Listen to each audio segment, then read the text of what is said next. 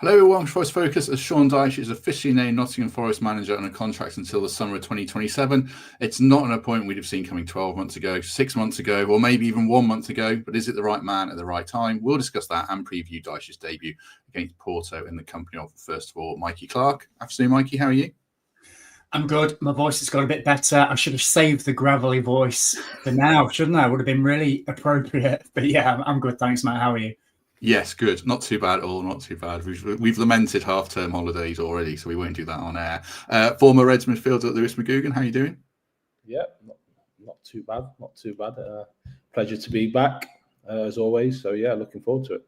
Well, you normally get hospital pass disaster ones, so we'll come to whether you think this is that or not. Hopefully not. But kick us off, Lou, on just your thoughts on Ange, the experiment and everything. I know what Mikey thought, but I don't know what you thought.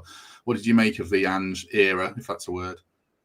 Yeah, I think it was a difficult one all around. I think sometimes that you never really, most of the time when you get a job, you never really go into a club when everything's kind of or brilliant, everything's kind of on the same page. You normally get it when things aren't quite right. So when you come through the door as a manager, you've always got to kind of assess what it is. And sometimes I think I've had a little personal experience in my short manager. Sometimes you go in and everyone has the best intentions as possible, and you all want it to work out, but just kind of it just never really gets going. And like I've said before, and sometimes that there's a few of the performances that any manager, any player in football, you need a little bit of luck along the way. And I think he gets a little bit of luck, and some of them performances, the results turn differently.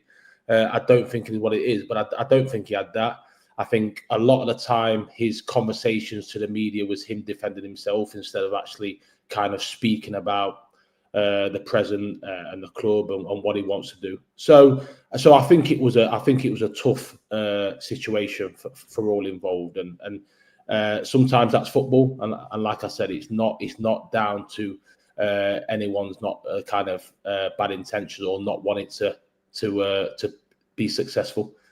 Every single person that made that decision, that was part of that decision, thought it was the right thing to do, and thought it was going to be success. But sometimes, through no one's fault, it just doesn't quite work, and that's football. And again, you move on and you try and learn from the kind of mistakes that went before you. Yes, we'll pick up a little bit on that and where we're at in general, but we'll talk about Dyche, obviously. Mikey, you were very down on Ange from the start. How are you feeling about Dyche?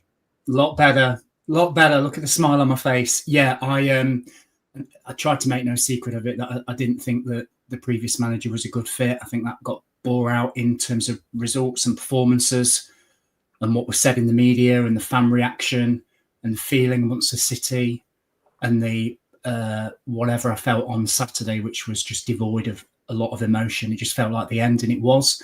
I'm in such a different headspace now. I must be honest. And I've also got to be honest to say, if you'd have said to me a month ago, you're getting Sean Dyche, you are, and surely not. But that's where we are right now. You know, we're a club that needs a bit of our soul back, for want of a better phrase. I think he is obviously bringing with him a couple of guys that I grew up watching, which will be lovely to see them back down here. And I just think we've forgotten a little bit of what made us bloody good last season. So doing the basics right, defending set pieces, being R2B, having the fans behind us. And hopefully this appointment is going to bring all that back. So I'm really looking forward to his press conference tomorrow. I know what he's going to say. I think we all do. So let's see when he says it.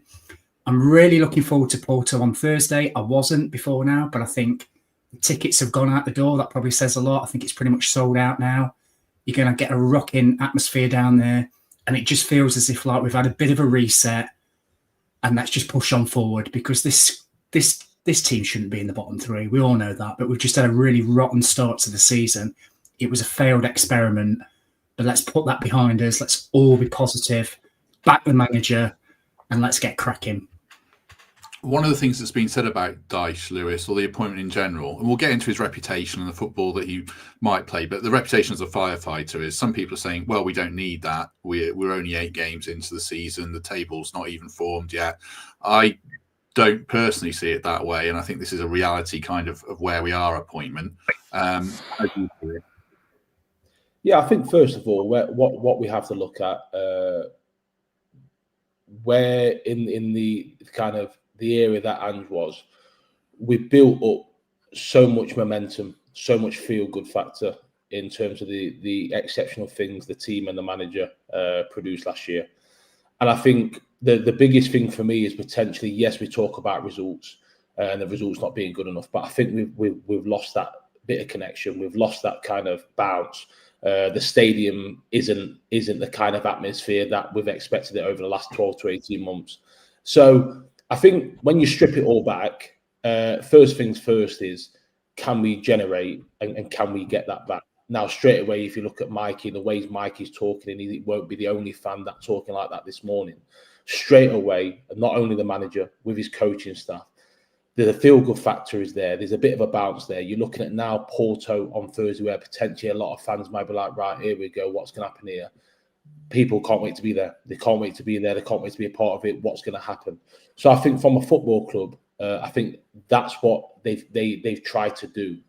And I think from a whole, I think it's been a success that let's get that connection back. Let's get where, as a one, we're collectively together, because when it's like that, there's no better place to be. So I think that is very important to do. And I think if you look at the comments and you look at everything this morning and the manager on the training ground and stuff like that, that's what it's now kind of projected to the whole fan base. So I think there's a feel-good factor. Again, we know that it's a results business. We know that we have to be better on the pitch. But I think around the place, going into the stadium, hopefully on Thursday, the conversations and the atmosphere amongst the fans are going to be a lot better. There's a really interesting bracket of fixtures coming up, Mikey, for him to get his teeth into before the next international break. 3 home games, Porto, obviously, Man United and Leeds. And then we go to Bournemouth, who we know are just our absolute bogey team, and Sturm Graz in the Europa League. Obviously, Ange didn't get the start that he needed and should have got in some of those games. How do you view the start that Dyche has got and the need to get an early win or two? Yeah, it's tricky, isn't it, when you look on paper? But, I think I said last time I was on, we looked at the start that we had at the season. I was predicting us to be top 6. So it just shows you, doesn't it, that the games you think, oh, actually, Forest will get something from that, are often the games where we don't and we slip up. And we tend to historically raise our game against some of the teams where you think maybe we might struggle. So I think what this appointment will do is, regardless of what headspace you're in and you're thinking, Dyche, okay, it's going to be a bit agricultural, it might not be the prettiest of football. What he does do is he brings a lot of Premier League experience and he knows how to win football games. And by God, that team needs a win. And this city needs a win and we need to get on a roll. So to answer your question, Mike, it's so important that we get that first win. However it comes, it might not be pretty, but then the players, I think, or Lou's better speak to this than me, but I think the players will then start to buy in if they're not already. I think with Ange, with every week that ticked by and we weren't getting results and we were letting in 2 or 3 goals every game, even the ones that were maybe on board with his style of play, I would imagine looked at the results and important for any new leader, any business to hit the ground running. And Dyche is no exception. But I think what Lou said, he hit the nail on the head. I think you'll see a shift in the feel and the atmosphere of the city and the ground down there. And I think that has often historically led to us gaining points. I don't make no bones about putting some significance on this. Certainly in those first 2 seasons when we weren't particularly very good and we were maybe lucky to stay up, that crowd got on a lot of points at the City Ground. Don't underestimate that. Believe me, I used to leave that ground and I couldn't speak because we gave everything. And you could see those players around on their feet would do that extra sprint. And it means so much. And I think what you might see now is a reinvigoration of the crowd. And hopefully that will align itself to the players as well. And hopefully they'll get over the line. So 1 win brings 2. And then you look at that fixture list and you think, Leeds at home, we can beat them. Man U at home. Yeah, they just went to Liverpool, but they're capable of imploding, so we can have a go at them. And all of a sudden, it maybe doesn't look that daunting because you've shifted your mindset. You've got more positive. The energy's back in the stadium. The energy's back with the players. There's a belief in what we're doing on the pitch and off the pitch. So it's not a rallying call for me. I think everybody I spoke to this morning seems to be in the same headspace. Almost feels like we're starting the season. We're ready to go. Yeah, we've had a bit of a crap start, but it's by no means a lost cause. So yes, the fixture list looks daunting, but don't underestimate what one win can do. If we leave there on Thursday night, 10 o'clock, and we've just beat arguably the most informed team in Europe, how is that going to change people's mindsets? Yes, we go to Bournemouth and they always trounce us, but we might go to Bournemouth thinking, come on, we can get something here. And then even if we don't, we've got Man U, we've got Leeds. So it's not lost yet, is what I'm saying. And I just think if everybody's in a sort of similar mindset, we can push these guys onto what can still be a memorable season. We're in Europe, for God's sake. You know, we've got to enjoy it. We've got to embrace it. We've had a bad start in the league, but Dyche's here now, and he'll sort them out. 20 goals in 8 games, 11 set pieces. Come on, that's not gonna carry on. Dyche will sort them out. Well, that's why I referenced the early fixtures, because I think that energy will be there. And if we get a couple of home wins, because our home form is atrocious, then I think it can cascade. I just think, obviously, it's important that he does get a couple of wins, because I think the tide, hopefully, the energy doesn't get drained out of it. But it'd be massive if he can win a couple of those games. From the player's point of view on the training ground, Lewis, I was going to ask you, what would you want him to be like when he comes in with his staff? Because they need probably some energy lifting, but also they need to fix set pieces at both ends of the pitch, because he scores a lot of goals from set pieces, which I imagine isn't much fun on the training ground either. So what would you want this first few weeks to look like?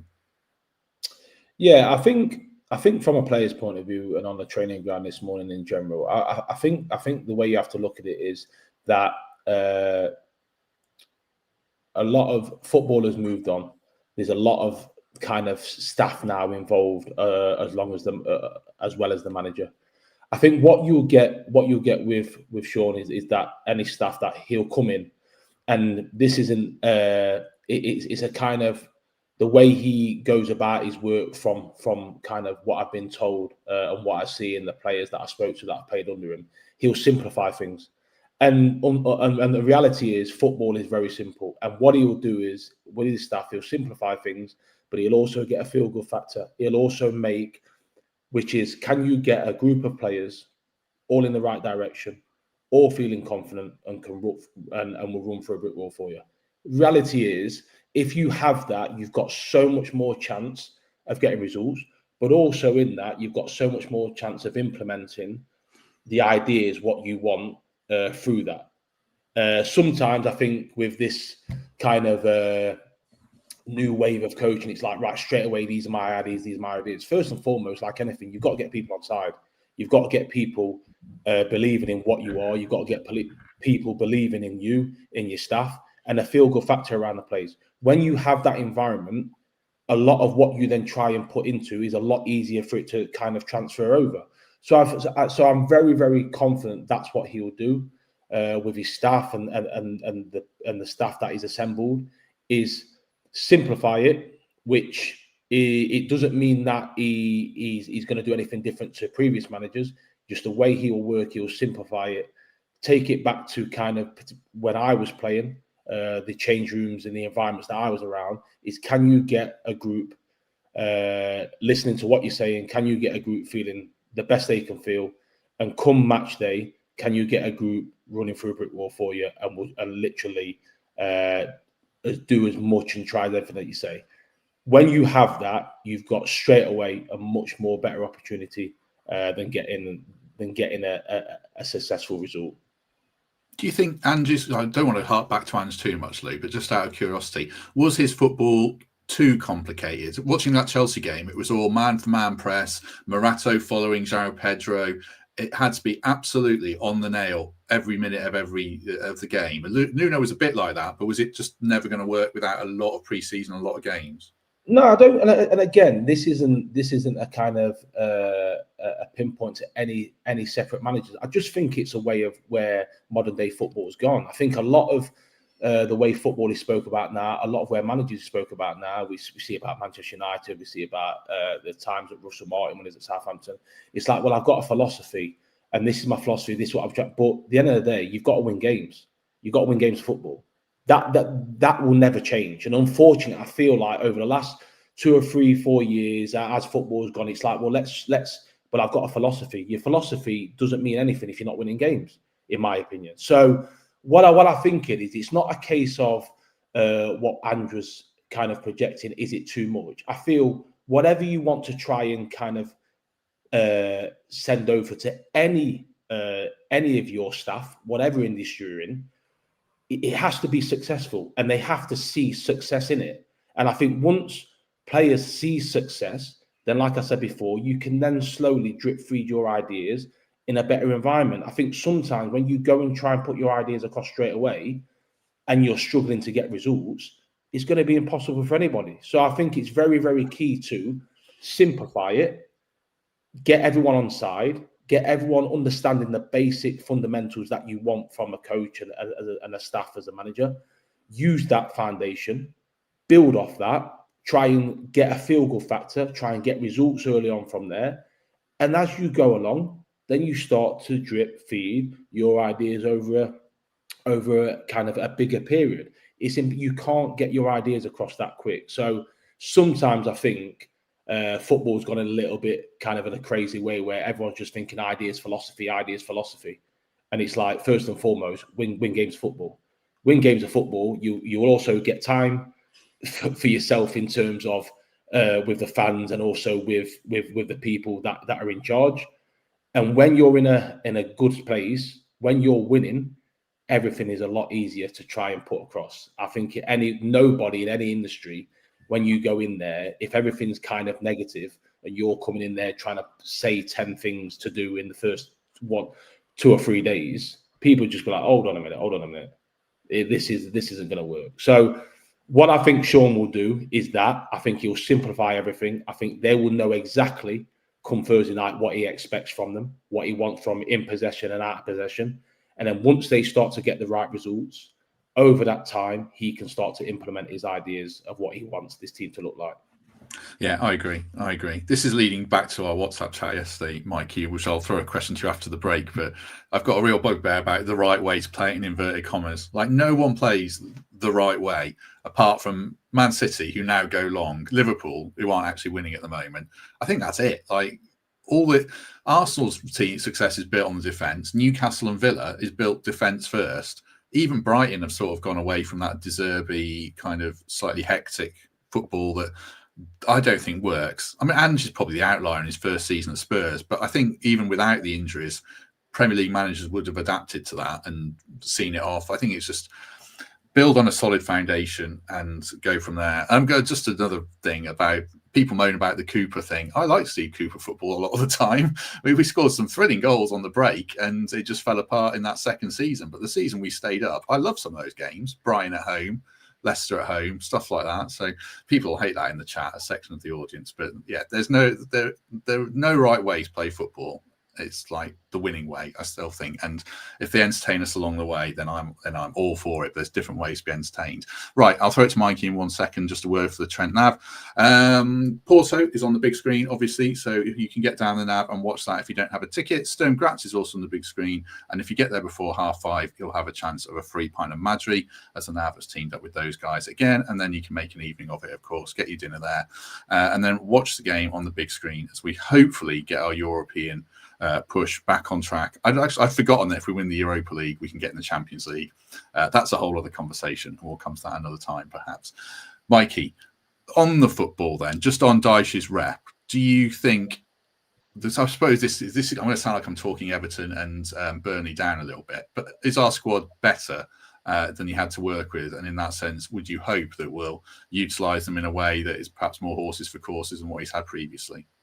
Yeah, in terms of technically gifted footballers, and it's not me with my biased Forest hat on, I'd say if you asked 100 neutrals, I'm like Family Fortunes here, if you asked 100 neutrals, I reckon 90 of them say, yeah, it is. Because it is. You look at some of the quality in that squad, it's not a bottom 3 team, is it? It's a mid-table, maybe even pushing top half, solid, pushing in Europe team. That's what it is.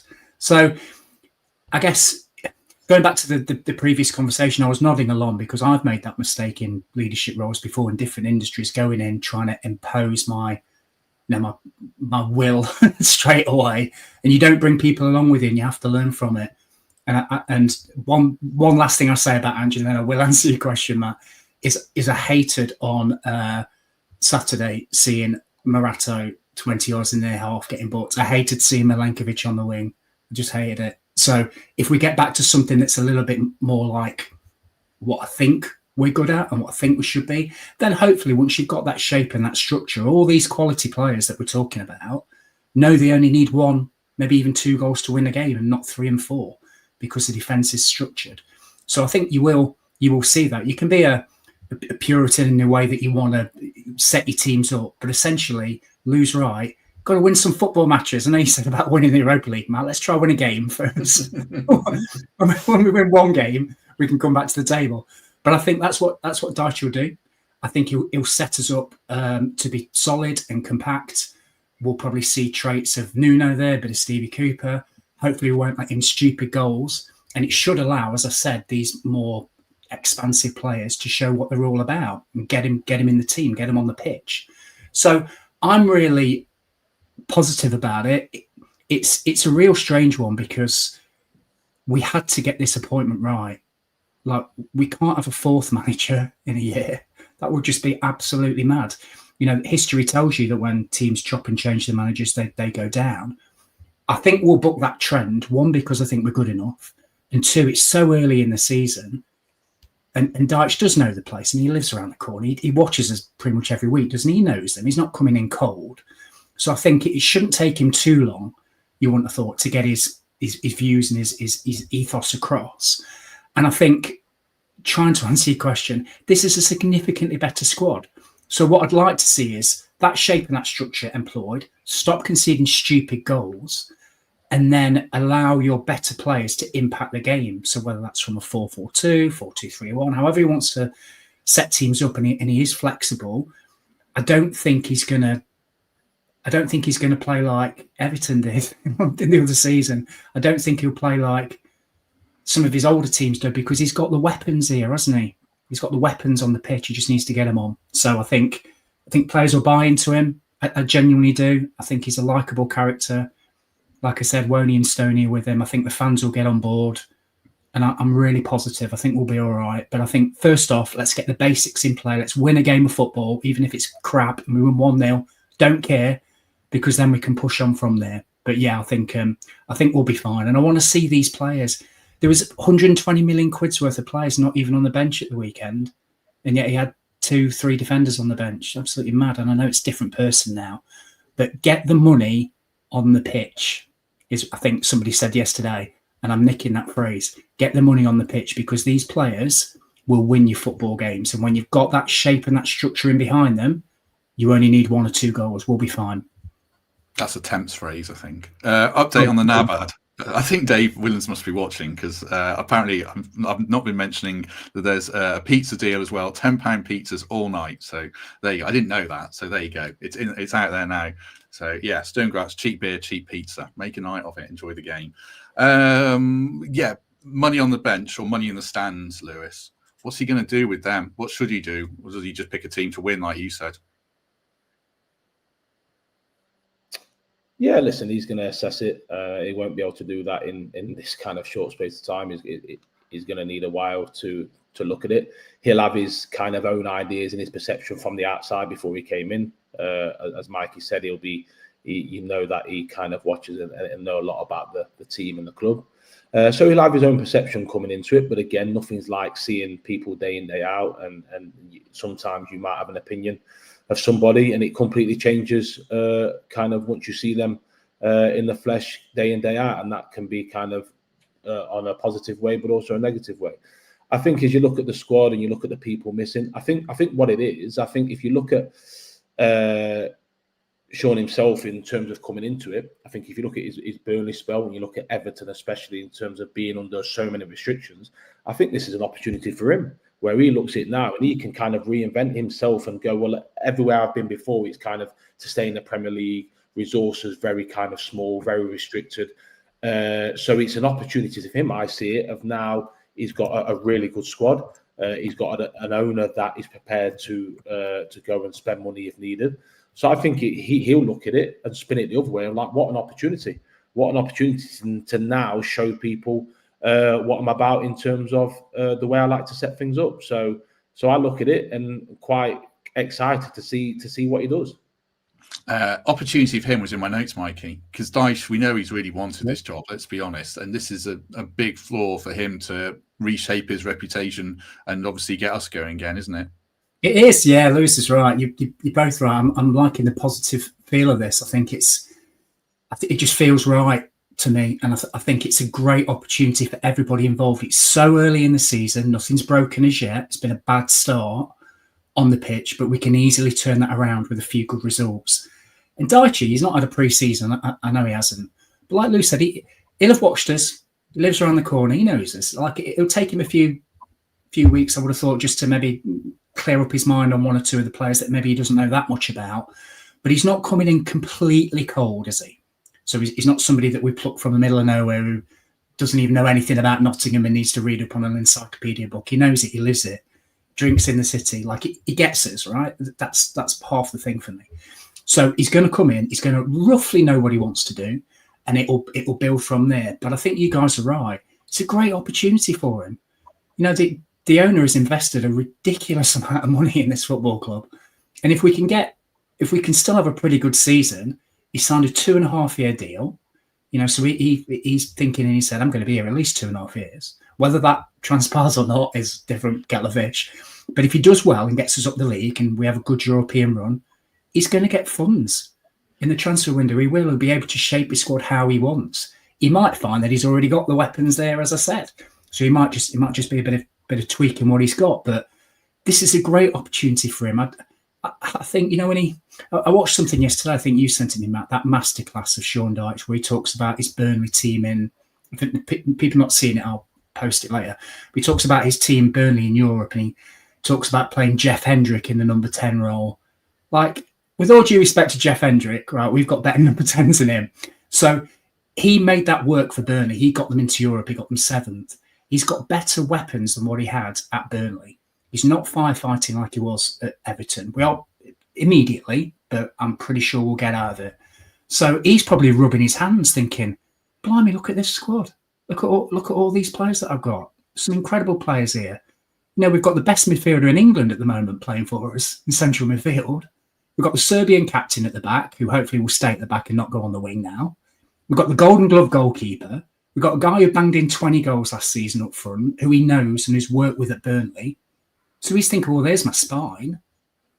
So he's probably sat at home rubbing his hands going, this is brilliant. I just need to get over this hurdle, get us up the table a little bit, and then I've got an incredible squad to work with. So I bet he's buzzing, Dyche. I bet he has to be, really. I mean, there's some great players to work with. He just needs to get them organised. Okay, we'll mention our number 10. But there's a few people in the chat would say he isn't playing better than Jeff Hendrick at the moment, but he's going to come up in the Porto bit probably. I'm playing into the narrative a bit here, Lewis, when I talk about some winners and losers. I've written down a few players I think this might suit, and a few players it might not. I mean, I feel like Yates, Wood, Jair Cunha, Dominguez, maybe even Taiwo are probably going to move up the pecking order to some degree. Yates, I don't think he's not going to walk into the team, I don't think, because I still would like Anderson and Luis to be the pairing. And then I look at players like Zinchenko, Hutchinson, Calamuendo, McAtee, instinctively don't feel like Dyche players. Am I right or wrong? Do you see that in some of these players or not? Yeah, I think you make that assumption on, again, what we've seen in previous roles in terms of Burnley and Everton. Like I said, we don't know potentially what he wants to do or how he wants this team to look. So the players that we look like, okay, potentially is it going to be ideal for them?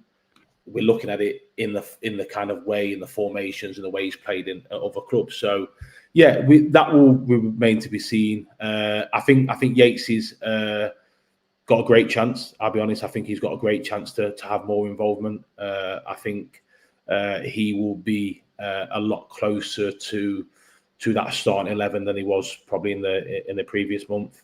When you look at it there, I think it's interesting. I think what's happened is, even with Ange, even now with the new manager coming in, there's been a lot of influx in players, and we still haven't seen how they fit in, really, have we? We still haven't seen what their kind of role is within this team or within this squad. So I think it's really important to let him assess it and let him see how he looks at it. But I think that the questions, a lot of the players that you spoke about, we talk about McAtee, Hutchinson, we haven't really seen them. Anyway. So the jury's still out on how they fit. I think Dominguez will be a big help, because I think his legs in that midfield, I think the way he goes about it, I think that will be something that the new manager will really like. But yeah.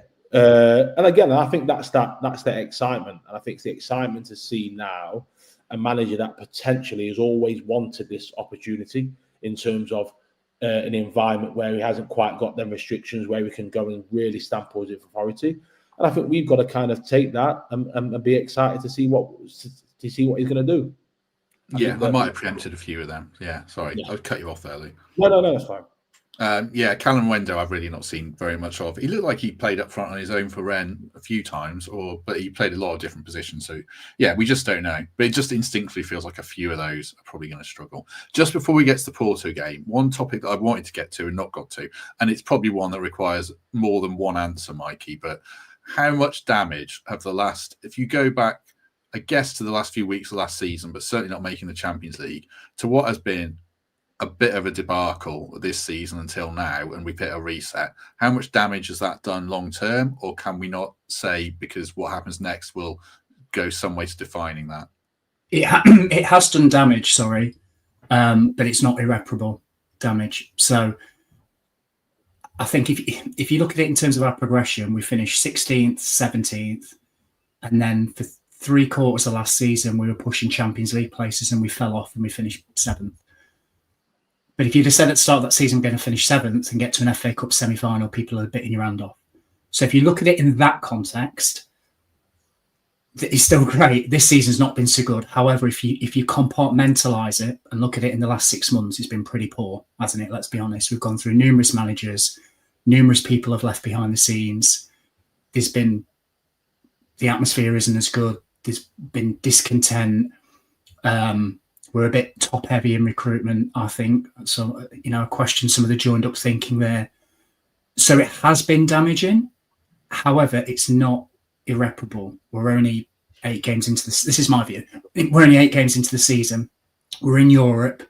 We're not out of, we're not out of any competition. Swansea beat us, so we are. But we're not out of the Europa League. And we're certainly not out of a decent Premier League run. So it's fixable.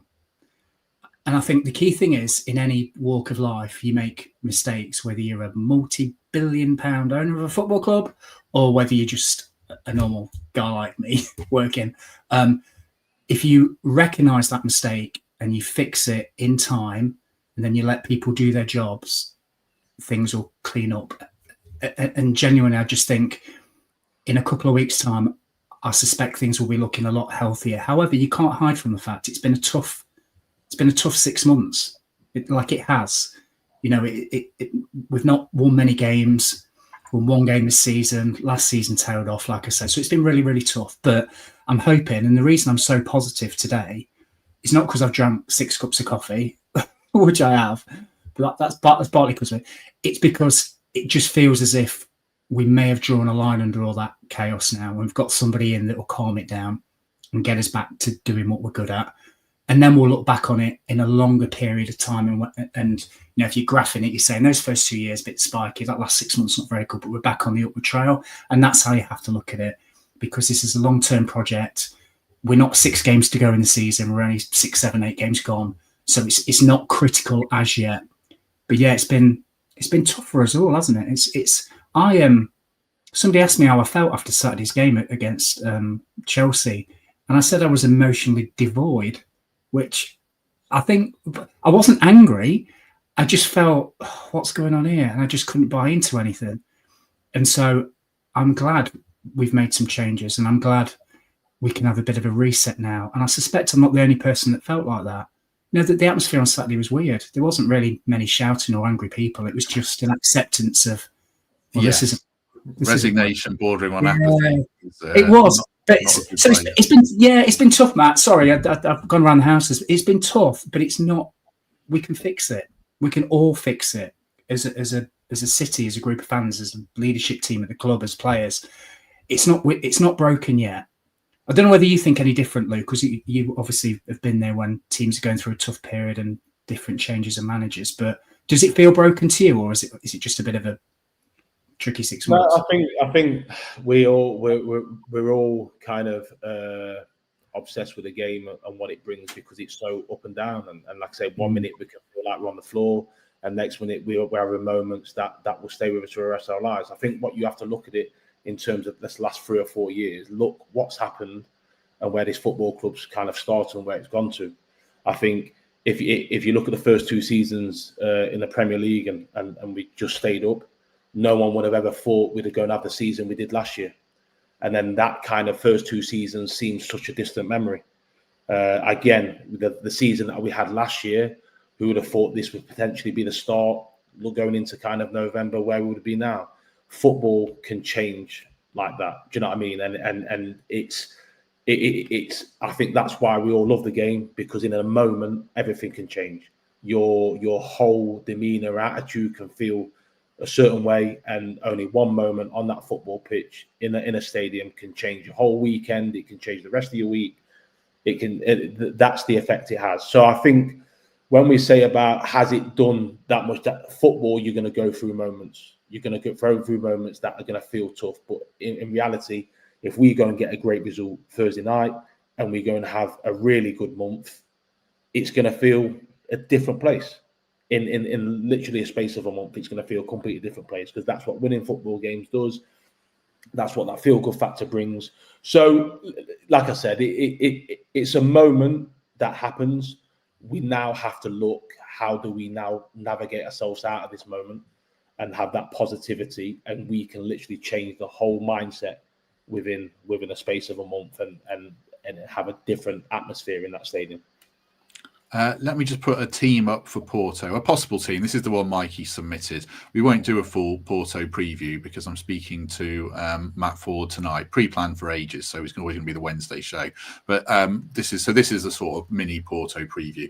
Mikey's submitted a team: Sells in goal, Savona, Milenkovic, Murillo, Nico Williams, Dominguez and Anderson in midfield, Bakwa, Gibbs-White, Undoy, Chris Wood. I mean, it could be anything, Mikey, but we don't know what Dyche is going to do, as we've discussed at length. But just talk us through your thoughts there, and we'll chat about a couple of names before we go.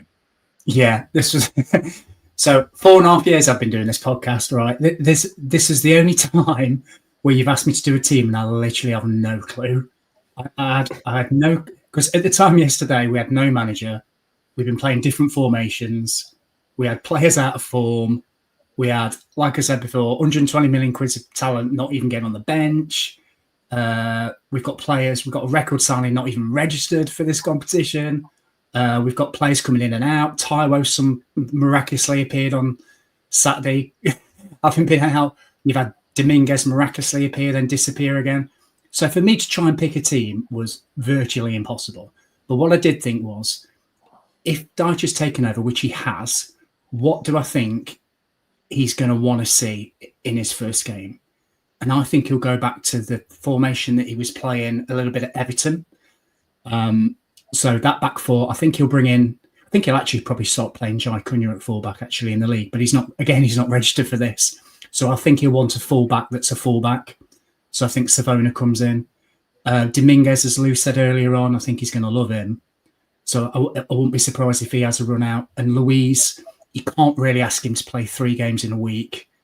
I don't think. I mean, he did 50-odd minutes, did he, on Saturday? And we really need him for Sunday. So I wouldn't be surprised if he doesn't start this game. And then the 3 and behind, I think, Temps might have said it yesterday, actually. I think he will go to his group of leaders and say, you know, what do we need? What do we need? And that will include Gibbs-White. So I think he'll start, because I think he'll want to see him and show a bit of faith in him. The wingers, I could have picked any from this, but I've gone for Bakwa and Ndoye because I think he'll probably know more about Callum, and I think Callum will start on Sunday. So he might want to see 60 minutes of those guys. And then Chris Wood, he loves Chris Wood. Be astonished if Chris Wood doesn't play. So I think he'll start Woody. It could be anything, but I think logically, if I was Dyche, I'd want to see something like this. Back to what we're good at, back to Murillo and Milenkovic being centre, back to Anderson in midfield, Gibbs White in behind, 2 wingers and a striker, because that's what I want to see. And let's have a go at a really, really good Porto side. Be really interesting on Thursday. But yeah, that's what I think we're going to go with. Yeah, there's a few players that like Louise are wrapping cotton ball. I wonder if Chris Wood might be protected till Sunday. He's had a bit of a knee injury. I saw a comment about Savona that I'll ask about in 1 second. But on Morgan, Lewis, such a key player. Apart from the Brentford game, it feels like he's not really hit the heights or even got close to them this season. Is this a reset for him as well, do you think? Yeah, potentially. He's probably not quite potentially at his levels that he's shown at the minute. And sometimes, like we spoke about before, he might need a little bit of a moment at the team. And that doesn't mean in terms of at the team, that's it, he's not there. He might have a 2 or 3 weeks where he kind of comes in off the bench and kind of imposes it for the last 20, 30 minutes, which sometimes happen. He's still going to have an effect on a game, but it might just simplify a little bit things for him, where we're just going to kind of look after him a little bit. And you might just come on and at the end of the game, where there's more space opens up, it might just allow him to get back into his rhythm a little bit more to do that. I look at this team and I think again, I quite like what Mike is doing. I think if you look at what the manager will look at first and foremost is a foundation and be solid, stay in the game for as long as possible against what will be a very good outfit. I look at that midfield too. Anderson, Dominguez. I potentially think if Morgan does come out, I think it could be them 2 plus Yates, and Anderson maybe go and push and be that extra one, but it's still 3 solid kind of midfield players in there. And maybe if Morgan doesn't come out, maybe off a right-hand side that they did in against Betis, that potential. But I think the manager will probably look at be as solid as possible. Can we build that foundation, stay in the game? And as we know, we've got a lot of attacking players that can come on and change the game in that last part of the game. But I think it's key to stay in the game, try and build that momentum, build that confidence, and then hopefully your special players up that top end can produce a little bit of magic. Sangare is a really interesting one under Dyche. Mikey, again, another player. How does he view him on Saturday? He did lots of good things on Saturday on the ball in that first half. Admittedly, they didn't have Caicedo and Enzo, and I think the game changed when they put them on and put a striker up front and reshape things, etc., etc. Sangare did a lot of good work, but then you watch the 2 goals back, the first and the third. I didn't think he covered himself in glory on the near post defensively, and that's a big thing for Dyche. So I suppose I'm asking you, where do you think Sangare might fit? Again, speculating. Yeah, it's an interesting one. Somebody said to me yesterday, he could turn him into prime Decore. He could, exactly. He could, yeah. He could get a lot out of it. Yeah, he could. Sangare infuriates me because, as you said, I thought he was really good on Saturday. And then you look at those, he was like his distribution was good. And then you look at them goals and you're thinking, oh, and then you cast your mind back to, we gave away 2 penalties in the first 2 home games, didn't you? You think, oh God. So I don't know. I'm not sure he's one he's going to start with, but I hope he can just, get something out of him. I'm not sure because the talent's there, but I just think I'm kind of inclined to agree with Lou. I think maybe Yatesy might jump above him. I know that might not go down very well down in the comments, but I just think initially just to get us out of this rut, I think he might go with a tight 3 midfield eventually, certainly away from home on Sunday. Sangare does have a role to play, absolutely. He's very tidy on the ball. And like I said, he was good at times, really good, in fact. But he, like some of the others, just fall asleep at certain occasions and sound harsh, but just almost let themselves down a little bit. And I think Dyche will have to work on that with his team. One more thing I just will say quickly is my initial team yesterday didn't have Gibbs White in it before Dyche got the job because I'm one of them thinking the same as Lou. If it was me, I would probably give him some time on the bench. However, the reason I've picked him for this team is because I don't think Dyche will. I think he'll want to see him, and he's one of the leaders in the group, so I think he'll play. But like I said, I wouldn't be averse to him having some time out, because some of them haven't hit the levels for a number of reasons. They just haven't hit the levels that they did last season. But sometimes you need to show a bit of faith in players, and I think that's what Dyche will do. I think he'll play him. So sorry I didn't answer your question. So Sangare, I don't think he starts, because I think he needs to cut out some of those things. But there's definitely a player in there. He's just infuriating when he goes to sleep at set pieces. But then you could talk about Igor Jesus doing whatever he did on Tuesday, running out of the wall. Yeah. I mean, oh dear me, I don't know. But let's put it behind us and focus on tightening ourselves up. And as Lou said, stay in the game. None of that nonsense, because this team can score goals. We just need to stop letting them in. Yeah, well, just lastly then on that team and defensive solidity, someone questioned Savona, I think it was Paul in the chat. Fullback's a big issue. That I guess, is he just going to muddle through it till January as best as he can? Williams is nailed, but I think Jaya Cunha might get some minutes at right back. Is that a fundamental area of worry for Dyche in this team or not?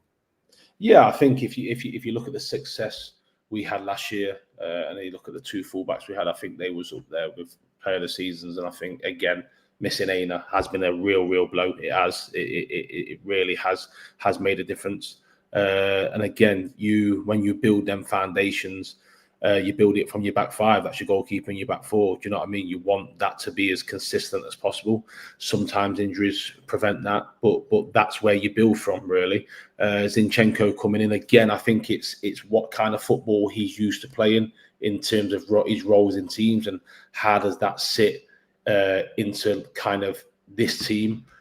With the previous role, I think a lot of the times it's, again, that extra midfielder that he's done throughout his career. But that's in teams that have had 70-80% possession and have a lot of the ball. And again, it's all right playing that kind of inverted with the fullbacks going, but again, you do that when you have a lot of the ball in games, and you can try and build that extra man, because you can take that risk there. But unfortunately, I don't think we're in that situation. I think first and foremost, you want from your fullbacks is to stay in that defend 1v1, and can you then support your winger kind of from that position, whether that's from underneath or whether that's an overlap. So I think first and foremost, he will want to get from whatever fullbacks he puts in, he'll want that back five to be solid and to kind of do their basic jobs of and their responsibilities.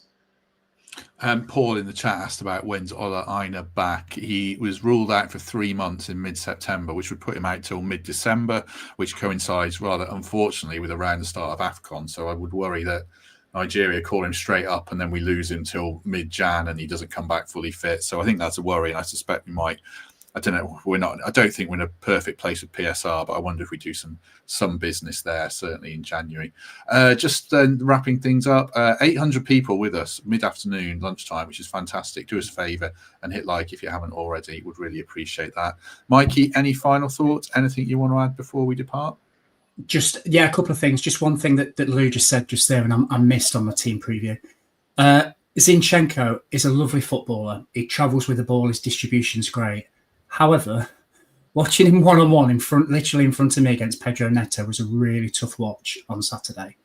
There was one point, and people that are watching this will see this, obviously not the people that are listening. There's one point that he skinned Zinchenko, put the cross in. Anderson went up to him and did this and clapped, as in, get tight, get tight. It happened again 2 minutes later, and he didn't get tight. And the look Anderson gave him, I think they call it dog eyes in Nottingham or whatever. It was a what are you doing kind of look. So if I'm thinking back to Dyche's previous teams, their fullbacks try to not allow the crosses in, which is why I don't think he's going to have Zinchenko at fullback. You know, you're thinking Jake O'Brien, people like that he's had. Even the Everton fullbacks were defensively solid first before they gave anything going forward. Zinchenko for his country plays a 6 or an 8 in midfield. So I still think he's got a role to play at Forest, especially in January where I think a few people might leave. But I just don't think it's going to be at fullback because he's terrifying. So that was one thing I wanted to say. But I guess, are we doing any other business now? Because I've got 2 things. Just on Zinchenko. Yeah, we were discussing this yesterday. I feel like the injuries have taken their toll on him. He had 5 calf injuries in his time at Arsenal, and I just wonder if as a fullback it's not going to work. Because when he started in Man City, I remember him being, energetic up and down the line. So I don't see him as a fullback. But as Mark pointed out, and I think you did as well, Mikey, he can pass the ball and he can put quality in a box. So off a bench, if you're losing a game, then I 100% think there's an asset for us there. I just think we've got a big problem at fullback. Mikey, sorry, any other business, then I'll go to Lou. Thank you. No, there's only 2 quick things. So Lindsay, working away this week, sent me a picture of her with Ian Wone and Steve Stone in the Trent Nav a couple of weeks ago, claiming credit for getting them back at Forest. And Emily was in the picture with them. So I sent it to Em. And Emily said, yeah, they pleaded with them to come back. So I'm hands up. Well done, Emily and Lindsay, for persuading our assistant manager team. I don't think they needed much persuading, but yeah. Yeah, that's true. Just I'll say that. And lastly, happy birthday to Fathers. Fathers' birthday today. Yeah, happy birthday, mate. And I'll see you on Thursday. Yeah, happy birthday, Fathers. Very much so. Lou, you were nodding along to Zinchenko there. So anything you want to add on him or anything else before we go? No, like I said, I think the Zinchenko thing, technically and on the ball, listen, that's why he's played for the teams that he's played for. I think that's not it. I think what sometimes happens again when you play for them kind of teams, that if you play in some of them areas, that 1v1 kind of defending, a lot of the time you kind of get away with not doing it. You don't really have that repetition of defending 1v1, because a lot of times you have the ball. Like I said, you can go and be that extra man in midfield and you can do those things. So I think it's just a real understanding again of coming into a different environment with different things. I think first and foremost what the new manager will want is defenders. Again, yes, when we can go forward, and we know that he's got that ability. But first and foremost, do your job as a fullback. That stop your crosses, get out to your man again, and that's, I think, where we're going to build our foundation from. So hopefully he could do that. Like I said, he's a good enough player, been in good enough environments to be able to kind of adapt his game. But I think that's it now. I don't think hopefully it's not like he can't do it. It's just that adapting now to something different. And then just lastly with Morgan and where he is, I think just speaking from kind of personal experience, always in a position that I played a lot. I think sometimes, and you look at Saturday, when you go through a bit of a moment, which happens sometimes, especially in Mary, you probably try a little bit too hard. You probably try a little bit too much to try and redeem yourself or trying to get yourself out a little bit of a hole. And sometimes you can find yourself it just getting worse, really. And that's why I say about potentially him coming out of the team. That doesn't mean him can, right, you're nowhere near him and it come out of the team, forget about it. It's a case of, can we just make it easier for him, simplify it for him a little bit while he's going through a little bit of a moment? Can we just kind of put his minutes where, right, we're going to put you on in the last half an hour where the game's a little bit stretched, where you can then go and build your confidence up again. You can go and build your moments in. He goes and has a big impact, and that'll allow him to kind of reset and allow him to build himself back up. He's a fantastic player. We all know that. But footballers go through moments. So we have to try and look at it. How do we get him back into the form and the confidence that normally he has? So can we potentially look at it? We might have players and a team that he's going to pick, and the manager's going to think, right, for the first 60 minutes, I'm going to go with them. They might be a little bit more solid, but we've got to look at that as an option to come off the bench when the game's stretched to go and potentially go and win as the game. Fantastic. And that will hopefully build his confidence back up again and simplify things a little bit more for him. Yeah, I didn't mind him. He gave the ball away quite a lot, but he was so high up the pitch. He was playing as a second striker. So I sort of didn't mind that, but he got really frustrated, like partly with himself. He got frustrated with his teammates, and it just looks like he was at the end of his tether a bit. So yeah, I think so. Right, so let me just tell people what's coming up, because it's a good lineup for the rest of the week. Tomorrow, Matt Ford, as mentioned, recording that tonight. So if you're a member, you'll get early access to that. Thursday, a Porto preview from the opposition point of view, which I've recorded, which tells us more about them. They've got a really good manager and quite an exciting team. Although weirdly, they've got Jan Bednarek playing centre half, and they've conceded 1 goal all season. So he must be a really good manager after his stint at Southampton. Then post-match show, Thursday night with Sam Collins, the ex-Forest B team captain, who was really good last time he was on, and Temps.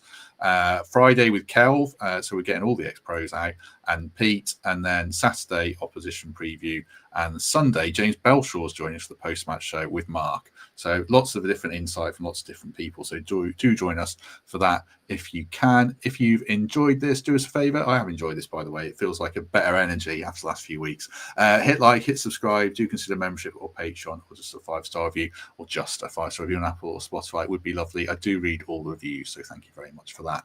Right. Mikey, thank you very much. That was a pleasure, and I've enjoyed it too. And I think, look, it's not Pep Guardiola that we've got, but we're never going to get anyone like that. We have got a safe pair of hands who's going to get us sorted. So let's everybody get down on Thursday, cheer the team on, let's have a reset, and let's kick on up that table and up that Europa League table as well. Lee asks about the next fan phone-in. They're just really difficult to fit in, Lee, around Europe, but I will do one. We were going to do one the other week, and then something happened, like we probably pointed Ange or something like that. It feels like that wasn't that long ago, and it wasn't 39 days ago. Lewis, thank you very much. No problem at all. Anytime. Yes, it's been great to have you back on. Really enjoyed it. And like I say, we've got Kelv and James Belshaw coming up as well. So lots of current and ex-pro insights. So do join us for that, everyone. If you would do us a favour, hit like before you go. Appreciate that. And if we don't see you tomorrow, we shall see you soon.